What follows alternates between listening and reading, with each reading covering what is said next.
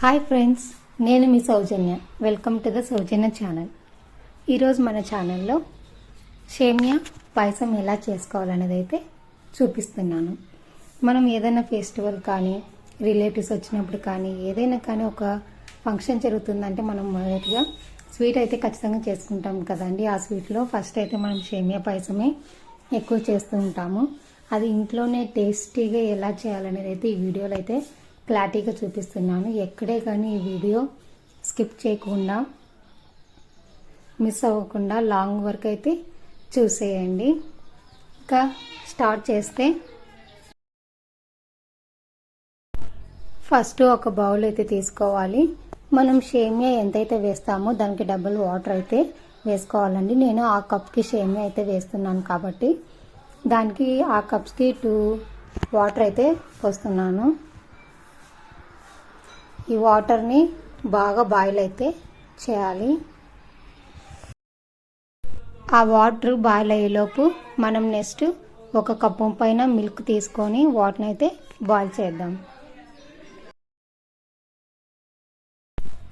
ఆ మిల్క్ అనేది ఈ కంటెస్ట్లో వచ్చేంత వరకు అయితే ఇలా బాయిల్ చేస్తూ ఉండాలి. ఈ మిల్క్ బాయిల్ అయ్యేలోపు మనం ఇంకా సేమియా పాయసానికి అయితే రెడీ అయితే చేద్దామండి. ఇంకా ఆలోపు వాటర్ కూడా బాయిల్ అయితే అయిపోయాయి. చూపిస్తున్నాను చూడు, ఇలా అయితే వాటర్ బాయిల్ అవుతాయి. ఇంకా వాటర్ అనేది స్టవ్ ఆఫ్ చేసుకోవాలి. నెక్స్ట్ అదే స్టవ్ మీద ఒక ప్యాన్ అయితే తీసుకోవాలి. అందులోకి 1 table or 2 tablespoon oil అయితే వేసుకోవాలి. ఆయిల్ బాగా హీట్ అయిన తర్వాత అందులోకి 2 బాదం, కొన్ని జీడిపప్పులు, ఇంకొన్ని కిస్మిస్ ఇవన్నీ వేసుకొని బాగా అయితే మిక్స్ చేస్తూ ఉండాలి. గోల్డెన్ బ్రౌన్ కలర్లో వచ్చేంత వరకు అయితే బాగా మిక్స్ చేస్తూ ఉండాలి.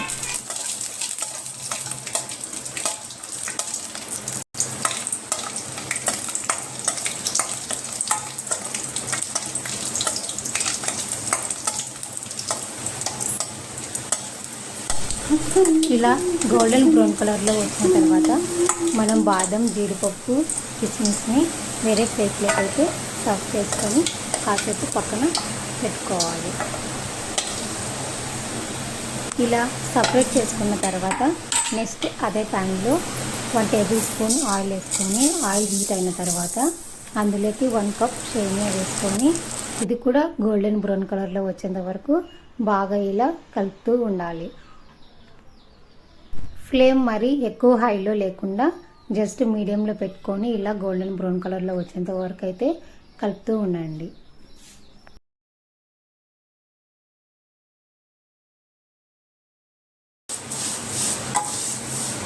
ఇక నెక్స్ట్ ఇలా గోల్డెన్ బ్రౌన్ కలర్లో సేమియా వచ్చిన తర్వాత మనం ముందుగా వాటర్ బాయిల్ చేసి పెట్టుకున్నాం కదా, ఆ వాటర్ని ఈ సేమియాలోకి యాడ్ చేసుకొని ఇలా వాటర్ కంటెంట్లోకి మిక్స్ అయ్యేంత వరకు బాగా మిక్స్ చేస్తూ ఉండాలి.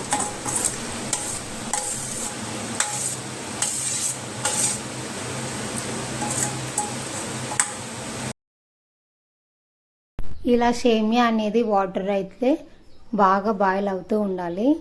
ఒక 3-4 మినిట్స్ వరకు ఇలా బాయిల్ చేస్తూ ఉండాలి. ఇక్కడ చూస్తున్నారు కదా, ఇలా మిక్స్ చేస్తూ ఉండాలి వాటర్లో.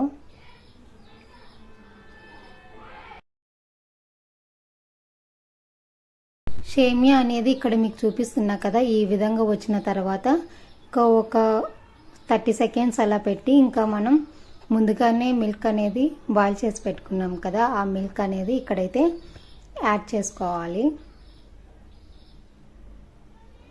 చూడండి, ఇక్కడ 1 కప్ మిల్క్ అయితే నేను యాడ్ చేస్తున్నాను. ఇంకా నెక్స్ట్ ఆ సేమియాలోకి మిల్క్ కూడా బాగా అబ్జర్వ్ అయ్యేలాగా ఇలా కలుపుతూ ఉండాలి. ఇలా ఒక 2 మినిట్స్ వరకు అయితే ఉంచాలి, సేమియాను కలుపుతూ ఉండాలి.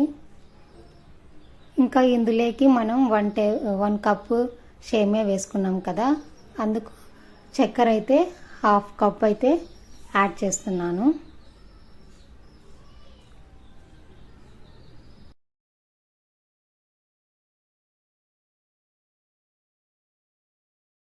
ఇందులోకి 1/2 కప్ షుగర్ అయితే యాడ్ చేస్తున్నాను ఇలాగా. ఇంకా నెక్స్ట్ మిక్స్ చేస్తూ ఉండాలి. చాలా అంటే చాలా టేస్టీ ఉంటుందండి సేమియా పాయసం.